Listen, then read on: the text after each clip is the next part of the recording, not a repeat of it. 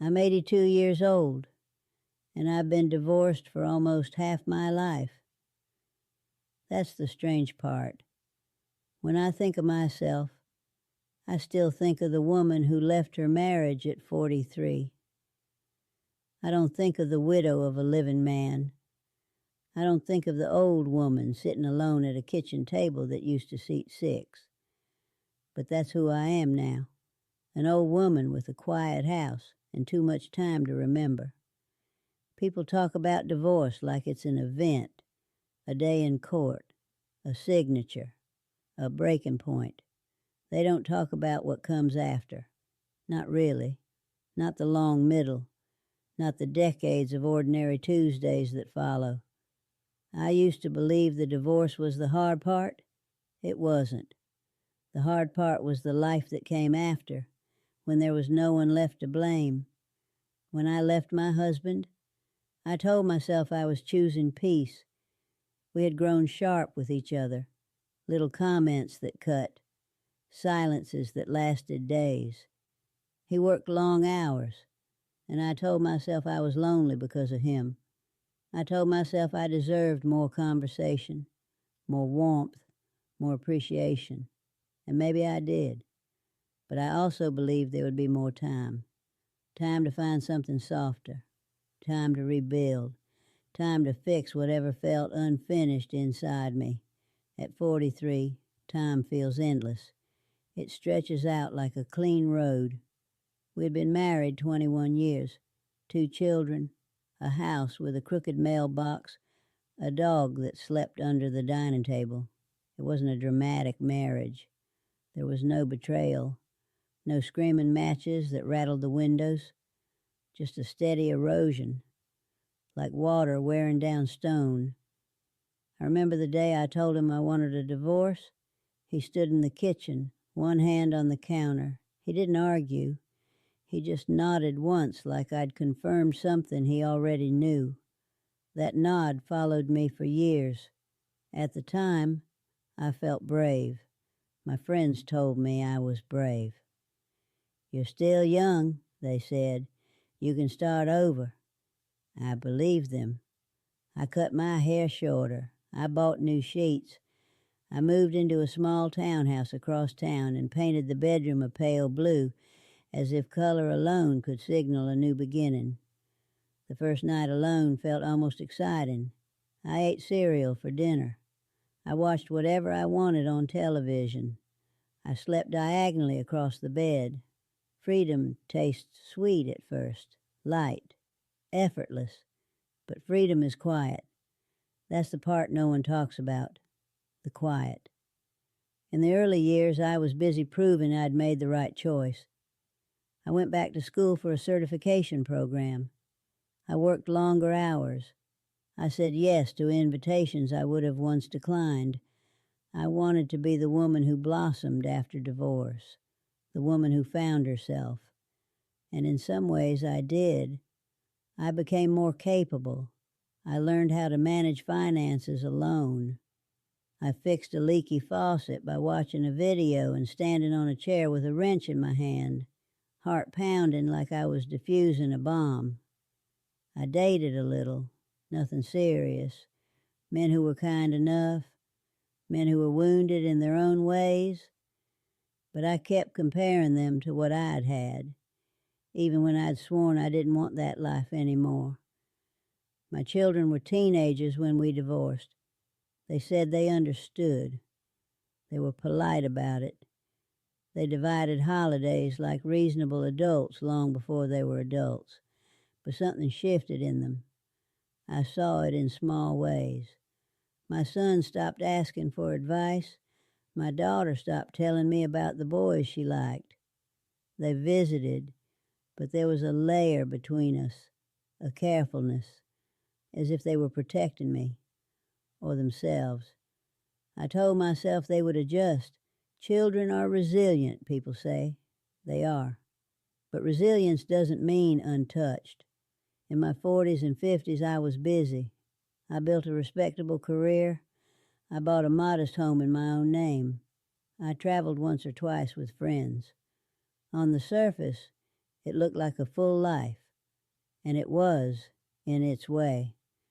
But there were moments that crept in, usually at night. I would wake up at 2 in the morning and reach across the bed without thinking. My hand would meet cool sheets. I would lie there, staring at the ceiling, listening to the refrigerator hum in the kitchen, the house settling. I told myself I preferred it this way. No arguments, no disappointments. What I didn't admit was that I also had no witness, no one who remembered the first apartment with the stained carpet, no one who laughed about the time we got lost on the way to the beach with a screaming toddler in the back seat. Those memories lived only in me, and in the man I no longer spoke to except about logistics. Divorce doesn't just end a marriage, it divides the past. In my 60s, my children had children of their own. They were busy in the way young families are busy. Soccer games, dance recitals, mortgages. I understood. I remembered that season of life. They invited me to birthdays. I showed up with gifts and a smile. But I was a guest in their homes. I wasn't part of the daily fabric. I wasn't the steady background presence I once imagined I would be as a grandmother. My ex-husband remarried in his early 50s. I heard about it through a mutual friend. I remember sitting in my car in the grocery store parking lot, hands on the steering wheel, staring straight ahead. It surprised me how much it hurt. Not because I wanted him back. I didn't. But because it meant he had built a second life, a shared one. Someone would sit beside him at holidays. Someone would know the details of his days. I had friends, good women who met me for lunch and talked about their aches and their grown children. But friendship, as precious as it is, goes home at night. There is a particular loneliness that settles in when you realize no one is waiting for you. No one notices if you're late. No one hears you cough in the dark. In my 70s, time started to change shape. It no longer stretched forward. It folded inward. I retired at 71. The office sent me off with a cake and a card everyone signed. I drove home in the middle of the afternoon and stood in my quiet living room, unsure what to do next. Work had filled the spaces. It had given my day structure. Without it, the hours grew long. That's when the memories got louder.